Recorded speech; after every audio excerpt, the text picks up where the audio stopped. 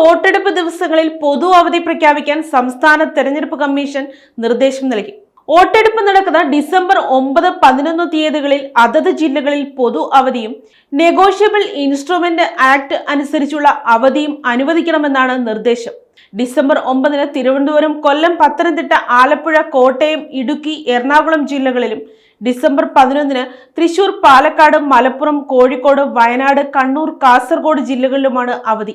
അതോടൊപ്പം സംസ്ഥാനത്തെ factory, plantation, മറ്റ് ഇതര വിഭാഗം ജീവനക്കാർക്കും കൂടി പൊതു അവധി ലഭ്യമാക്കുന്നതോ അല്ലെങ്കിൽ അവർക്ക് സമ്മതിദാനാവകാശം വിനിയോഗിക്കുന്നതിനുള്ള സൗകര്യം നൽകുന്നതിന് തൊഴിൽ ഉടമകൾക്ക് നിർദ്ദേശം നൽകുന്നതിനോ സംസ്ഥാന സർക്കാർ നടപടി സ്വീകരിക്കുമെന്നും കമ്മീഷൻ നിർദ്ദേശിച്ചു.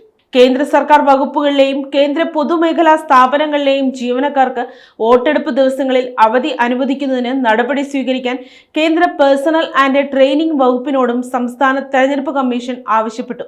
ഡിസംബർ 9, 11 തീയതികളിൽ രാവിലെ 7 മുതൽ വൈകുന്നേരം 6 വരെയാണ് വോട്ടെടുപ്പ് സമയം.